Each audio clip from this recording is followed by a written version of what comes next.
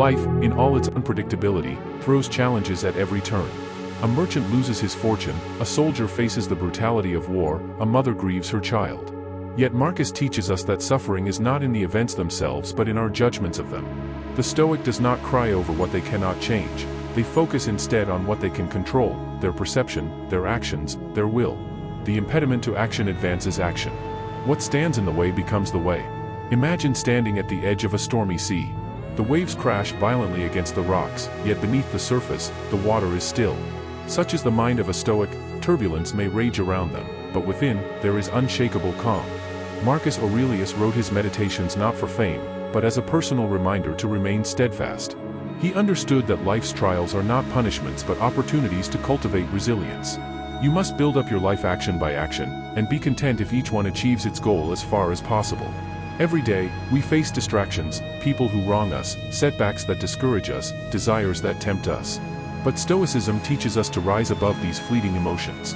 When insulted, Marcus would smile, not because he was indifferent, but because he refused to let another's words dictate his peace. It's ridiculous to let yourself be broken by the things that break other people. Time is the most precious resource we have, yet so many waste it on trivialities. The philosopher king often reflected on mortality, not with fear, but with urgency. He knew that death could come at any moment, and thus, every hour must be spent with purpose. Stop allowing your mind to be a slave, to be jerked about by selfish impulses, to kick against fate. Consider the blacksmith shaping iron in the fire. The metal is beaten, folded, and tempered, yet it emerges stronger. So too are we forged by adversity. Marcus did not seek an easy life, he sought a meaningful one. He embraced hardship as the whetstone of character. The mind adapts and converts to its own purposes the obstacle to our acting. In a world obsessed with pleasure and material wealth, Stoicism stands as a beacon of discipline. The philosopher king wore simple robes, slept on a modest cot, and ate plain food, not because he had to, but because he chose to. He understood that luxury weakens the spirit, while austerity strengthens it. Very little is needed to make a happy life, it is all within yourself, in your way of thinking. People will betray you. Plans will fail. Fortunes will vanish. But none of this can touch the Stoic's inner citadel. Marcus ruled an empire, yet his greatest battle was within, against anger, against vanity, against despair. He knew that true victory was self-mastery.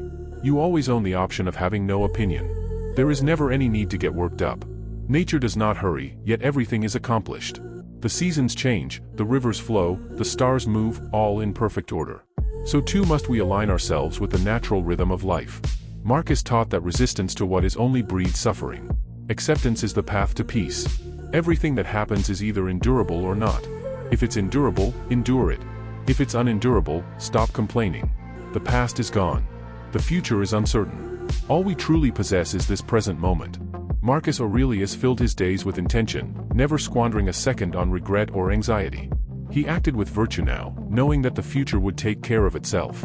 Confine yourself to the present. Many seek immortality through fame, through monuments, through legacy. But the Stoic knows that true immortality lies in living rightly, here and now. Marcus did not write for posterity, he wrote to remind himself how to live. And yet, centuries later, his words still guide us. Waste no more time arguing what a good man should be. Be one. The world is vast, and our lives are but a fleeting whisper in eternity. Yet within this brief existence, we have the power to choose greatness, not through conquest, but through character. Marcus Aurelius, the most powerful man of his time, found his strength not in his crown, but in his philosophy. Look within. Within is the fountain of good, and it will ever bubble up, if you will ever dig. At night, when the palace grew quiet, Marcus would reflect on his day. Had he acted with justice? Had he shown kindness? Had he remained indifferent to trivial things? This daily practice of self-examination kept him grounded. The Stoic does not seek praise, they seek only to live in accordance with nature. The best revenge is to be unlike him who performed the injury. We are all bound by the same fate, death comes for the emperor and the beggar alike. But while we live, we can choose to live well. Marcus Aurelius faced wars, plagues, and betrayals, yet he never surrendered his tranquility. His secret? He remembered that pain is inevitable, but suffering is optional. Choose not to be harmed, and you won't feel harmed. Don't feel harmed, and you haven't been.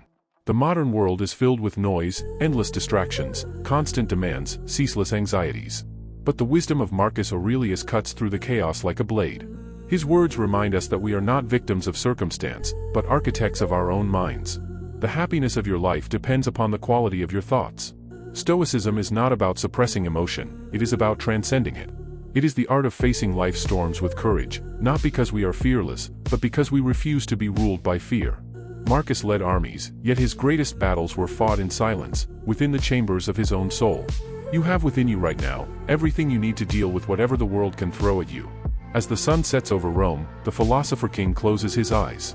The empire sleeps, but his mind remains vigilant. He knows that tomorrow will bring new challenges, but he does not dread them. For he has trained his spirit to meet adversity with grace. The soul becomes dyed with the color of its thoughts. Centuries have passed, yet Marcus Aurelius still speaks to us. His wisdom is not confined to history, it is a living fire, waiting to ignite the minds of those who seek truth. In a world that values possessions over principles, his words are a call to return to virtue. Just that you do the right thing. The rest doesn't matter. And so, we stand at the crossroads of our own lives. Will we be swept away by the currents of emotion, or will we anchor ourselves in reason? The choice is ours. Marcus Aurelius showed us the way. Now, it is our turn to walk it. Waste no more time arguing about what a good person should be. Just be one.